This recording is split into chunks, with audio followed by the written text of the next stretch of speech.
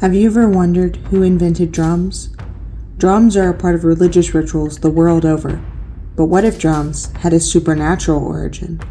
What if drums came from beneath the waves? The like button has abducted the sub button to teach her the secrets of the algorithm and will only release her if you press the like button. And now, let's learn about the water spirits of the Kalabari people in Nigeria. But first, you might be wondering why I've moved north to Nigeria instead of continuing with Merfolk from the southern half of the continent. And that's because I messed up. I just now learned about these water spirits, so I'm covering them now, and then next month we'll be back in southern Africa with Cameroon's Mingu. The story is called Ekeniba and the Water People, and in this story we learn about the water people. The following is my summation of 3 sources that tell this story: A Dictionary of African Mythology by Harold Shube, The Transformation of Men into Masquerades and Indian Madras into Masquerade Cloth in Buguma, Nigeria from the Textile Society of America Symposium, and Yoruba, Sculpture of West Africa, written by this guy, whose name I'm not going to say. Anyway, all links in the description. Ekeniba was a beautiful young woman, wearing indigo cloth with wonderful patterns. She was so beautiful that even the dancing water people took human form in order to court her. But the son of the chief priest of Ojoma came to her, and in her spirit she knew that this was the man that she would wed. They married and traveled by canoe back to his tribe. The water spirits were angry. They caused a storm to capsize the canoe and took her beneath the creek to their village. However, the mother of the water spirits was angered by what her children had done, and she commanded that the water people return Ekeniba to her world. On the surface, her husband was angry with the gods for not helping him when his wife died. Before they returned Ekeniba, the water spirits showed her sacred plays accompanied by drumming. She was the first human to see this. They told her that she must teach her people the plays, but that she must always be the first to beat the drums to purify them. Then they returned her to the human world, and she reunited with her husband. All was well for a time, but some of the young men refused to follow the rule that Ekeniba always be the first to play the drums. After they disobeyed the rule 3 times, the water people took Ekeniba back beneath the waves. She put an elu cloth over her face as it began to storm, and she charged the people that one who has no elu will not dance in Akine. Thus the Akine society began to honor Ekeniba. They wear blue and white cloth decorated with triangles to represent the scales of the python and play the sacred drums of the water spirits. The Akine society is an all-male group within Kalabari society who traditionally perform mass dances to honor and placate the water spirits. Members play different roles representing different water spirits, such as Otobo, who is part man, part hippopotamus, and who is addressed in song as beast who holds up even the flowing tide. There's basically no other information on Otobo, and he is the only hippo merman in the whole world to my knowledge, so he won't factor prominently in this video. There's a lot to unpack in this story, so let's dive in. Firstly, this is the only story about the water people / spirits that I could find, although there are some masks and cloth that we will talk about later. There's almost certainly other myths, I just couldn't find them. This myth comes specifically from the Kalabari people in Nigeria. The water spirits are shapeshifters that can take human form. They have human-level intelligence and live in underwater villages. They can cause storms. They are associated with pythons, as well as the colors blue and white. They seem to be able to transform humans into water spirits, as that seems to be what happened to Ekeniba. That's all the information we get from Ekeniba and the water people, so let's look at some Kalabari water spirit masks. All 3 masks are humanoid with massive eyes. One has pointed ears and looks strikingly like an alien or an elf. This one appears to have a mouth full of pointed teeth. Lastly, let's look at the cloth associated with the Akine society. The pattern is explicitly linked to pythons, which if you've seen my previous videos, you know is a super common association among African merfolk. The triangular patches are specifically mentioned in my sources as being worn by the Akine society because of the python connection. I couldn't find a photo of Akine society regalia, unfortunately, but this is blue and white Ukara ritual cloth that is very, very close to the Akine society's fabric. Pythons can swim and are associated most famously with Mami Wata. Mami Wata video linked in the description. So are the water people similar to Mami Wata? Possibly. Another important attribute of the water people is their role in teaching sacred religious knowledge. This makes them similar to the Nomo, who taught astronomy and culture to the Dogon people, and also points to their high intelligence.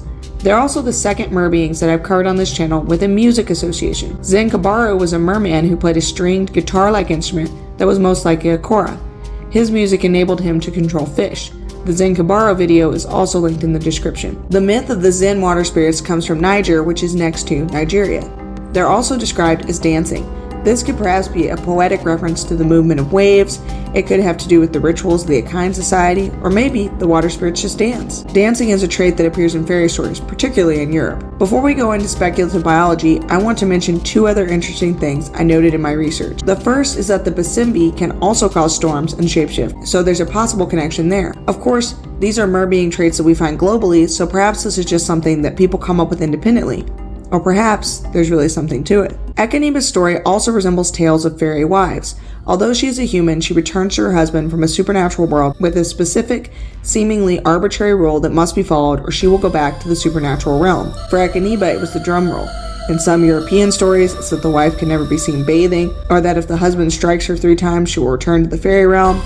I just thought that parallel was interesting. I'm not sure what it means, if anything. Were you focusing on the water spirits? Let's talk about distribution. They live in creeks for sure, because that was explicitly stated in the myth, but likely other bodies of fresh water as well. They might even live in the ocean, like the Basimbi and Mamiwata.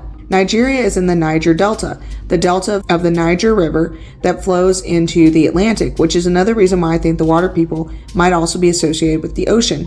The Niger River is the principal river of Western Africa with a length of 2,600 miles, and it is the 3rd longest river in Africa after the Nile and the Congo. However, it's not particularly deep, so if a race of mer people are living there, they must be using some kind of cloaking technology to remain hidden. Are they mere myth? Animals? Aliens? Something else entirely? We may never know. I have, however, developed a scientific classification for the water people, just for fun. I think they are closely related to the Nomo, Zen, and Mamiwata, so I put them in the order Homo ichthys, meaning manfish, suborder Newman for merfolk with lungs, family Fluviatili, again referring to lungs, genus Africanus for their homeland, and species Africanus drums because drums are such an important part of their mythology. I decided on a blue and white color scheme based on the Ukara fabric used by the Achaean society. This makes them a lot more colorful than most of my other mer beings, the Nomo being the exception. But there are really colorful animals in nature, and the blue color could help them blend into the water. My illustration is of a male Africanus drum, and he has a python-inspired tail. Africanus drum has 2 sexes, male and female, because that is what is shown in Echaniba and the water people. He has a primate upper body and arms. The arms aren't mentioned in any of my sources, but I figure you need arms to play the drums, so I gave him arms and hands. He doesn't have hair, both because fish don't have hair and the sources don't mention hair. He has gills but also lungs, more on that later. He has a mouthful of pointed teeth, just like one of the Calabari water spirit masks. When primates grin and show their teeth, it's a sign of aggression, so maybe my merman is angry? Or maybe like humans, his smile is a sign of happiness. The pointed teeth would seem to be a sign that they are carnivores. The other members of the genus, Nomo, Zen, Mamiwata, are omnivores, but I'm totally speculating with Africanus drum because there are no stories to my knowledge about them eating. It's possible that they are carnivores, or they may be omnivores. He has the big, round, black eyes that seem to be the norm for all merfolk so far. It also seems to be reflected in the ceremonial masks. The last thing I had to decide on was how to include the drum. I had a hard time deciding how to depict the drum, and I have 2 different theories. I've chosen to depict a physical drum here, but there's a second, more naturalistic explanation that I will go through in a minute. I've opted for a calabash water drum, although I do not know for sure if that is the type of drum from the myth. The cool thing about this drum is that it is partially submerged in water to create its unique sound. Calabash water drums exist in West African music, but I couldn't find a definitive link to the Calabari people. Also in Cameroon, the Baka people play music by drumming on the water, so the water spirits could produce drum beats in that way.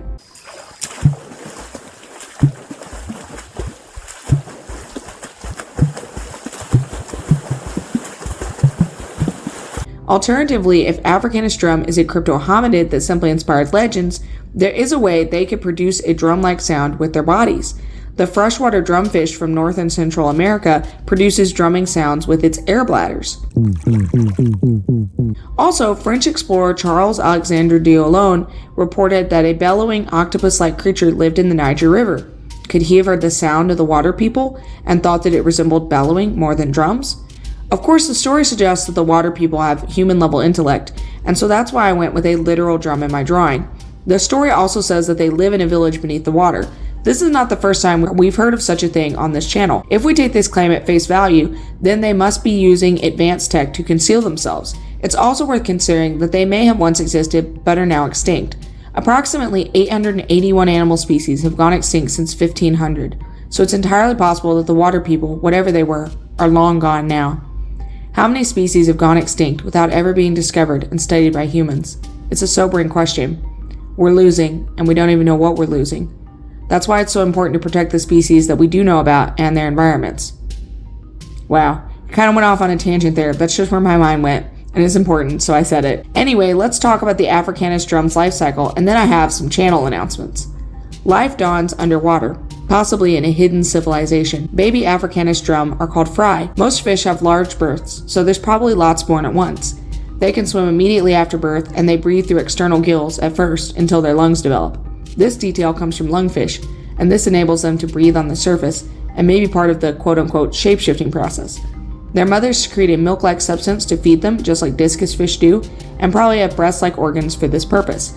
Breasts are very common in depictions of mermaids, and Africanus wada and Africanus morph have breasts, as does Atlanticus cymbi. As adults, they are able to breathe air and is likely shapeshift into human form.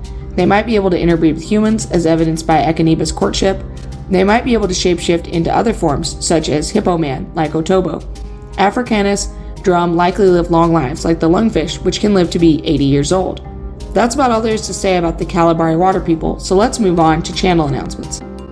I know it probably seems like I'm always saying my website's coming, but it never comes. So I wanted to give y'all a little peek behind the curtain at all the research I'm doing to create the best possible database of mythology. My goal is to have the most complete list in the world, and that takes a lot of research.